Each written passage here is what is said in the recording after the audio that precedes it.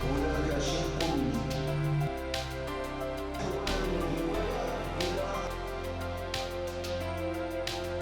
جميع الرياضات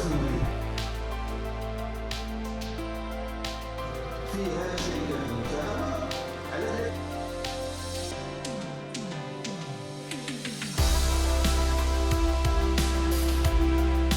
لم تعد الرياضة ذلك النشاط الترفيهي فقط، وإنما أصبح لها بعد اقتصادي، بعد اجتماعي، بعد سياسي. لذلك جاءت هذه الفكرة لتنظيم هذا اليوم الدراسي، وقدم استضافة مجموعة من الأساتذة الباحثين الذين تدخلوا في هذا اليوم الدراسي، كل من موقعه. تم تناول المنازعات الرياضيات، تم تناول الجبايات العقاريات، تم تناول أيضا العنف الرياضي وغير ذلك من المواضيع التي مرتبطة بالمجال الرياضي.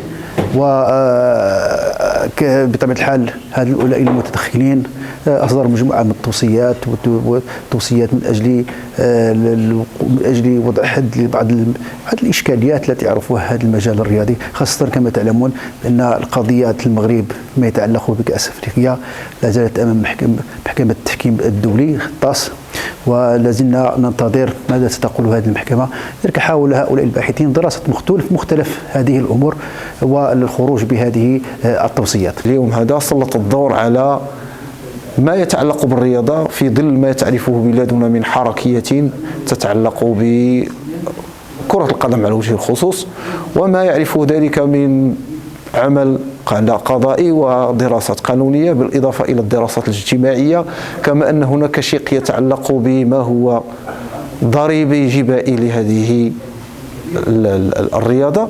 فالمداخلات وضعت اليد على العديد من النقاط التي ناقشها السادة الأساتذة الحاضرين، بالإضافة إلى الحضور الكريم.